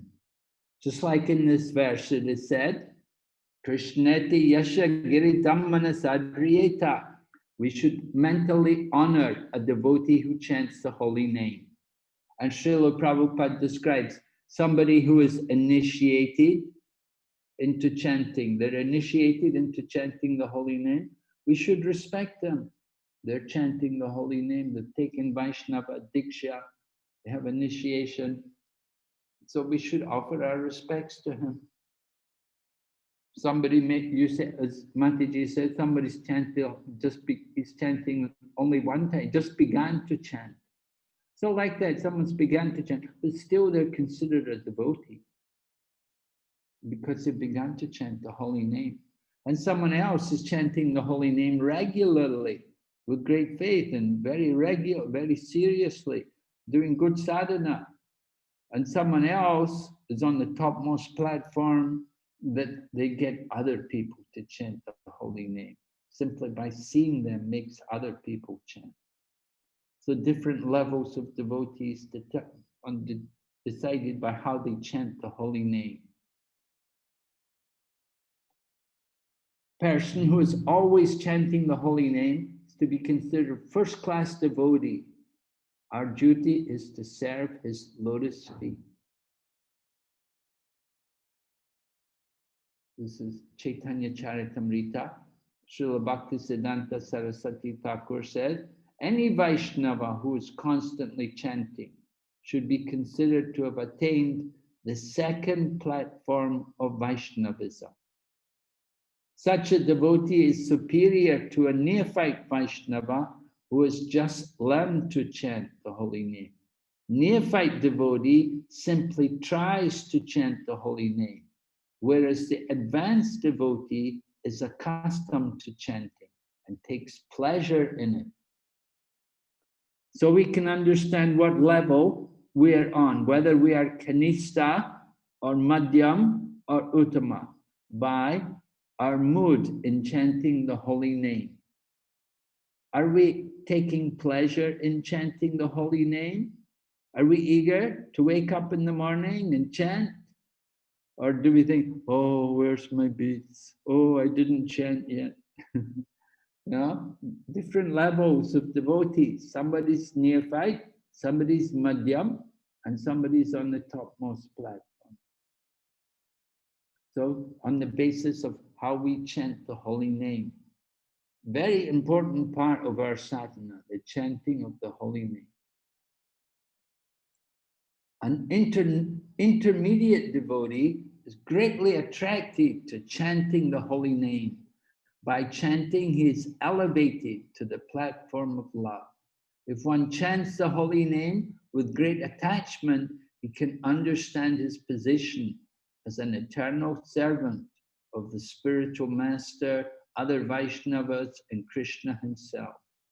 Thus, the intermediate Vaishnava considers himself Krishna Das, Krishna's servant. Right? We want to become Krishna Das. Oh, from Jaiva Dharma. Yeah. Some questions? Let's have some questions. Yeah. Maharaj, quickly, could you just go back to the previous slide? What was the reference for the verse? It's Chaitanya Charitamrita, Madhya Lila, chapter 16, text number 72, purport. Thank you, Maharaj. First question is from Ananta Pandit. I would like to ask. Okay, we have a question here from Ananta Pandit Prabhu. I would like to ask, how should be our attitude toward the person who donates to our temple, the temple donor? What should be our attitude towards temple donor? So Prabhu is asking, what should be our attitude towards temple donors? People who are supporting the temple. What should be our attitude to them? Well, Prabhupada writes in the purport of text number 4 about how people are donating to our movement and how, you know, they're giving donations. We should recognize that they're having love and respect for our movement, and we should respect them and appreciate them, show them. Prabhupada explains, he said, we don't have much to give them in return. They may give nice contributions. What can we give in return? We offer some prasadam, we give some kind words. When they come to the temple, we take them to see the deities. It's very nice. If you have a deity garland, you can give them a garland. It's a very nice thing to do. কারণ আমার কাজ আছে এখন কলেজের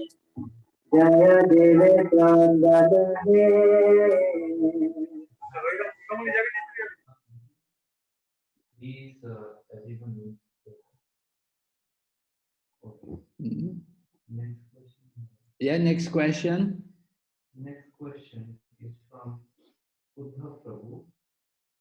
What will happen if we give prasadam to the neighbor who were not yet a devotee?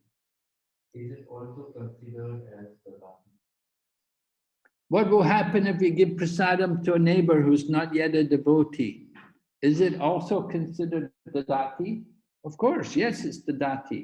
We're offering, giving something gift.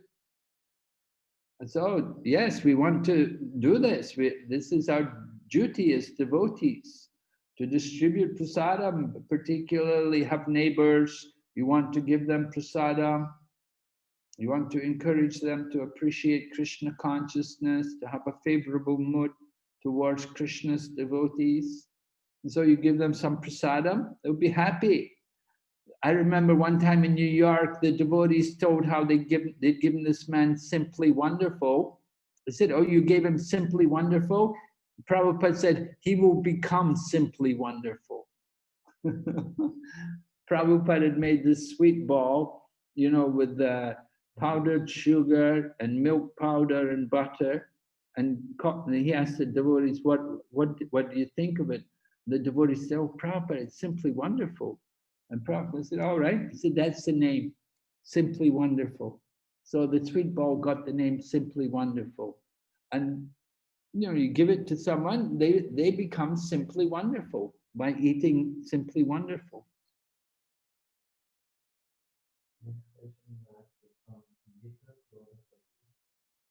Regarding the level of devotees that is changeable, are those changes related to or may be caused by 3 modes of nature? Can you say this again? Regarding the level of devotees that is changing, I think he's talking about the Uttam.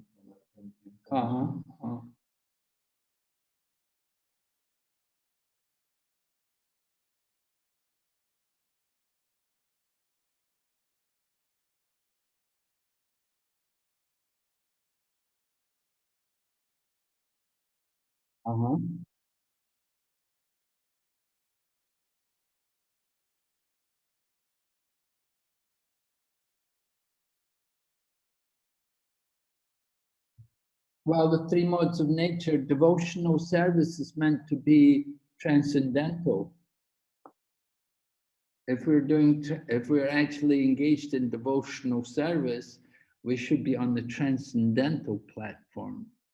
It shouldn't really be the influence of the modes of nature. But it may be that we're, you know, because sometimes devotional service does become influenced by the modes of nature. Then it's not pure devotion anymore, of course. If we're under the influence of the modes of nature, devotional service in passion and in ignorance, or even in goodness.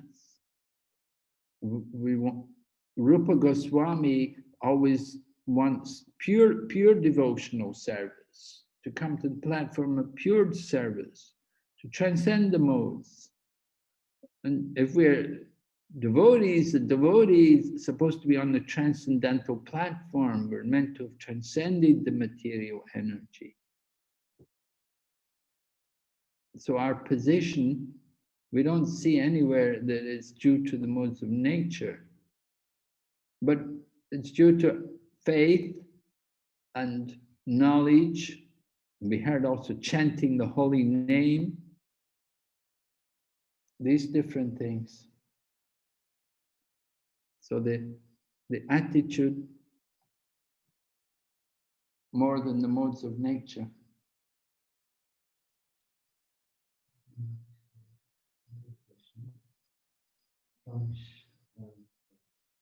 Another question from Prem Group. How much respect should we give someone who maybe chanted the holy name one time but has been completely demoniac their entire life before and after chanting the holy name that one time? So someone's chanted the holy name one time, but they have a very bad character before they chanted and even after they chanted. So how should we deal with them? How should we respect them? Well, we should encourage them to try to chant more. Try to get them to chant more. Or at least, you know, we should feel grateful that he chanted the holy name, that his spiritual life has begun. We should think, oh, very nice, he chanted the holy name, he's begun his spiritual life. I remember that pastime about Gadadhar Das, an associate of Lord Chaitanya, that he went into the Muslim ruler's home in the middle of the night, and he told the Muslim ruler, I want to get you to chant the holy name. And the Muslim ruler got up from his bed and said, oh, Gadadhar, go home, I'll chant Hare Krishna another time. And Gadadhar said, oh, wonderful, you chanted the holy name. So like that, if you get the most demonic person to chant Hare Krishna, it's wonderful, very good, you should rejoice. You should feel very happy that our movement is successful, that even nasty demonic people with the worst mentality are chanting the holy name. Gradually they will be changed. Oh. Last question. Oh. So from Shankar Prabhu, I am not yet second initiated, but often people give me things like money, dhotis, chargers, etc. as a gift for me after doing preaching to them at their house. So is it considered as mistake for me to accept those things? Somebody, you go to some devotee is describing, Shankar Prabhu is describing that he's not yet second initiated, but sometimes he goes to people's homes and people give him gifts like a chadar or some cloth or something. So is it wrong for him to accept these things? Well, I don't think it's wrong because you're going to use these things in the service of Krishna. And you've gone to their home, you gave them some time, you spent some time with them and gave them association and preached to them, and they like to give you some present. It's very nice. It's a loving exchange. I explained how Prabhupada said it's a duty to accept. Somebody gives you a gift, you should accept it. Now, generally what happens, even somebody gives you something you don't really want, you should accept it. Later on, you can always give it to somebody else.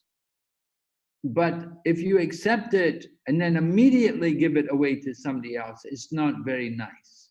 But if they give you something, you should accept it and you should show appreciation, you should be very grateful. And later on, you can always give it to somebody else, somebody more a needy person, somebody or somebody you may consider even more worthy, you may like to give it to. But you should accept. Somebody offers you something, it's your duty to accept it. You may not be second initiated, but you're doing the work of a Brahmana. You're following the principles, you're preaching. That's a Brahmana duty. So they give you a present, you accept it. Later on, you can always give it away to someone else.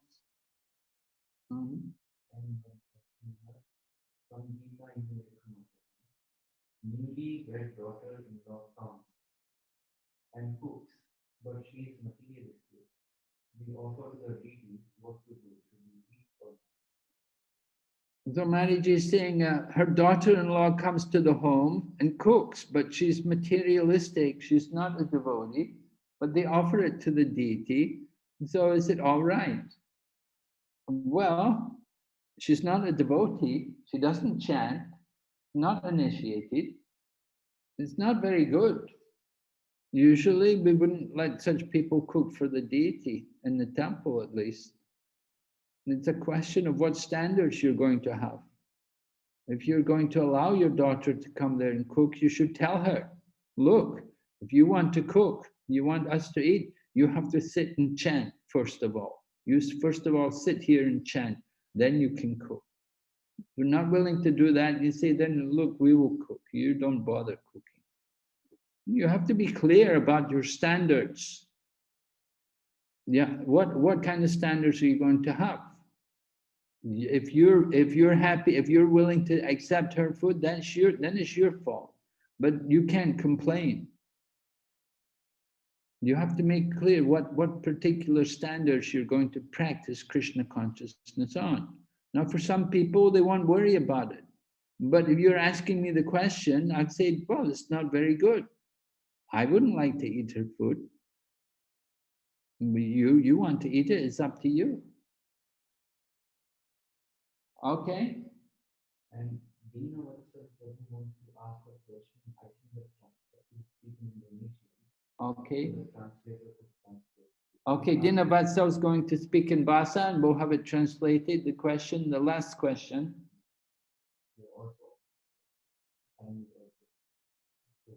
Really? Yeah. Dina Vatsal's question, Prabhu?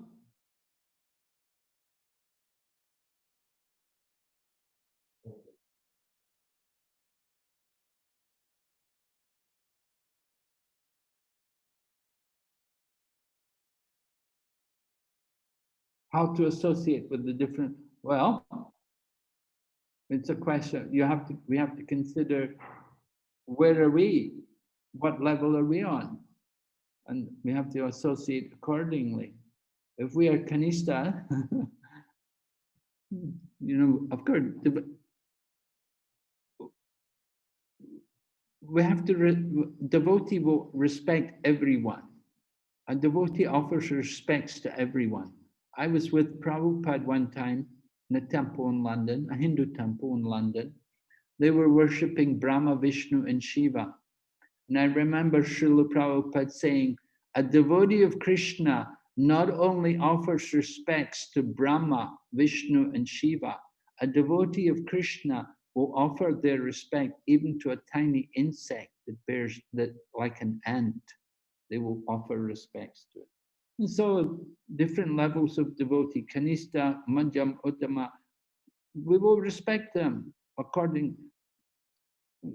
The information is given in the verse. Somebody's began to chant the holy name, we will mentally honor them.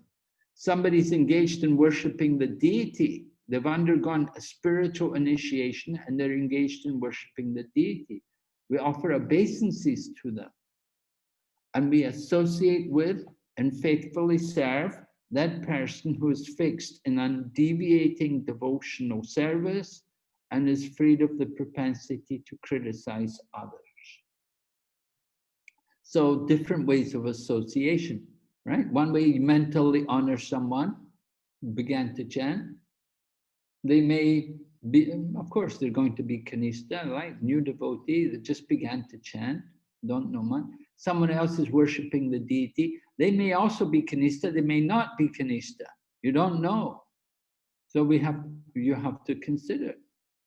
You have to, we should offer obeisances to them because they're worshipping the deity. And somebody else, well, we have to hear, if they're actually uttama, we should associate with and serve, associate with them and serve them. Giving service, Mahat Sevam Dwara Mahorva Muktesh, right? By serving the great souls opens the doors to liberation. Very powerful. Get a chance to serve the devotees. The servants of the devotees are the most fortunate because they're serving the pure devotee, serving the great soul. They're so fortunate. So if you can get to serve a devotee who served a great devotee, very fortunate. So we try to serve great devotees who would serve, people like Hari Sori Prabhu, who serve Srila Prabhupada, Shruta Kirti Prabhu, serve Prabhupada's servant. These kind of people, they give Prabhupada direct service. Okay, we're over time. We have to stop here.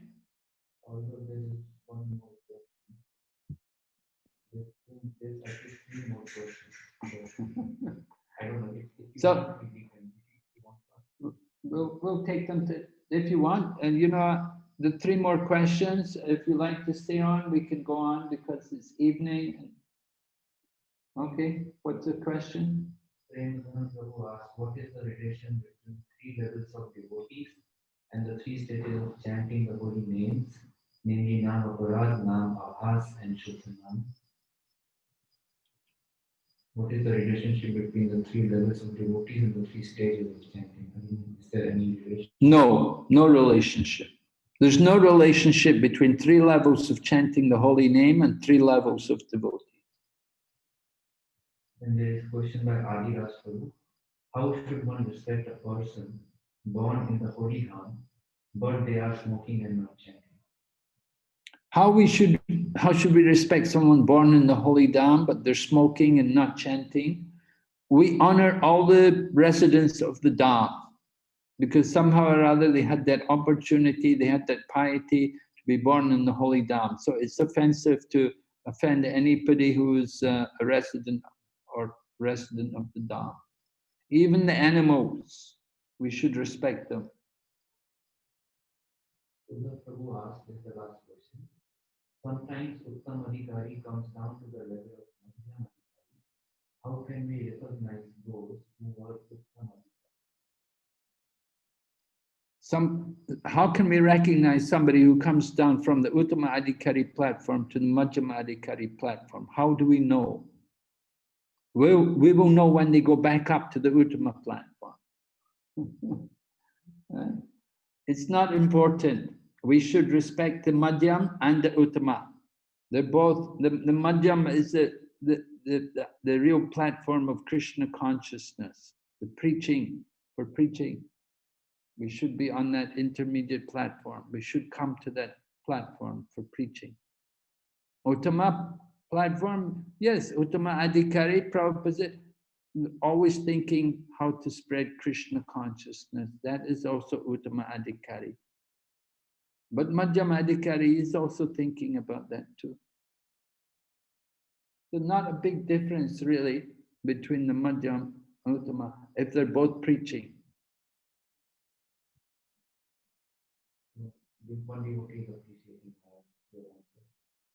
Okay, so we will stop here. Thank you very much. Srila Prabhupada ki. Hare Krishna, next Hare week. Krishna. Thank you so much, Maharaj. Hare Krishna. Thank you, Maharaj. Thank you so much, Maharaj. Thank you so much. Maharaj Vanchakalpatarubhyascha ki jai. कृपासिन्धुभ्यश्च पतितनां पावनेभ्यो वैष्णवेभ्यो नमो नमः. Hare Hare Krishna. Krishna. Panchakalpatarubhyascha कृपासिन्धुभ्यश्च Jai Srila Prabhupada ki jai, Srila Prabhupada ki jai. ISKCON founder Acharya Srila Prabhupada. Ki jai. I don't know what